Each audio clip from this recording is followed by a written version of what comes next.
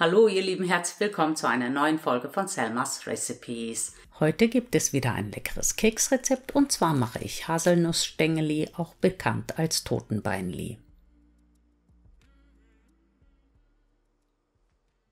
Für den Keksteig braucht ihr unter anderem gemahlene Haselnüsse und Mandeln.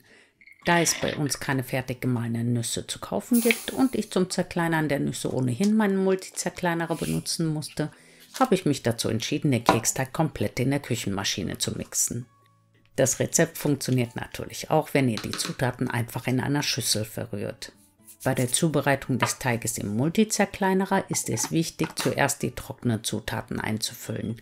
Das verhindert, dass die feuchten Zutaten am Schüsselrand festkleben und der Teig nicht richtig durchmischt wird.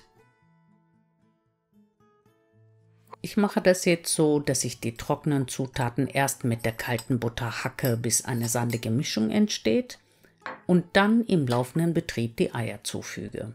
So bleiben die Eier nicht am Schüsselrand kleben und der Teig wird gut durchmischt.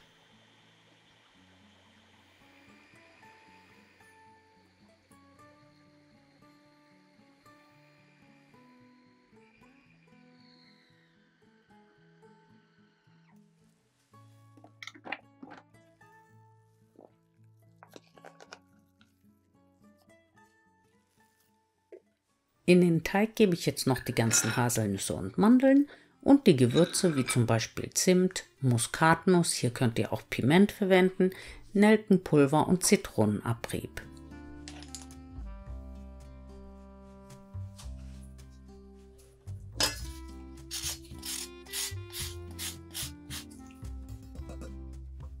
Das Ganze mische ich gründlich durch und dann lasse ich den Teig mindestens eine Stunde im Kühlschrank durchziehen.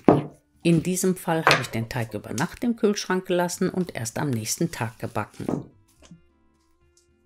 Zum Formen der Totenbeinli könnt ihr den Teig nun wie hier ausrollen und in längliche Streifen schneiden oder aber wie bei Cantuccini erst als Laibe backen und dann in Scheiben schneiden und anschließend nochmal trocknen.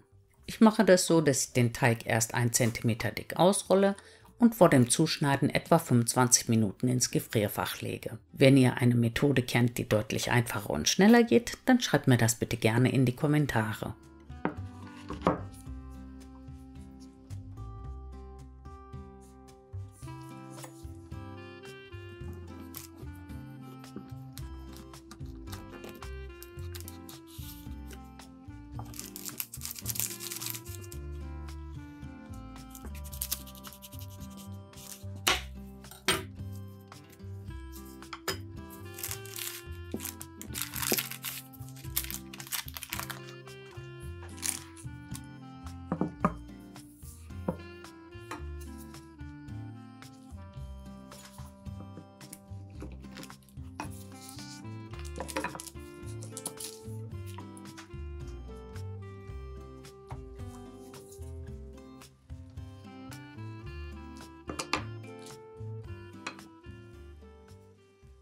Den Backofen heize ich auf 200 Grad Ober- und Unterhitze, das entspricht in etwa 180 Grad Umluft vor.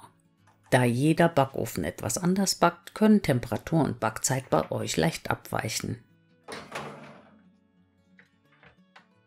Wie ihr seht, verlaufen die Kekse beim Backen etwas. Das ist jetzt kein Fehler, sondern bedingt durch den recht hohen Butteranteil und von mir auch so gewollt.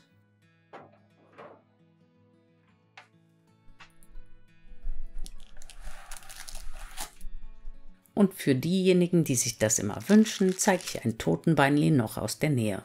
Sie sind knusprig, aber nicht zu hart und einige Wochen haltbar.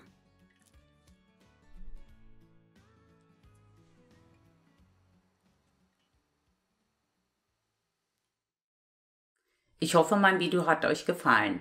Wenn euch mein Kanal gefällt, dann abonniert meinen Kanal und aktiviert auch das Glöckchen, um kein Rezept mehr zu verpassen. Vielen Dank fürs Zuschauen und bis zum nächsten Mal. Tschüss!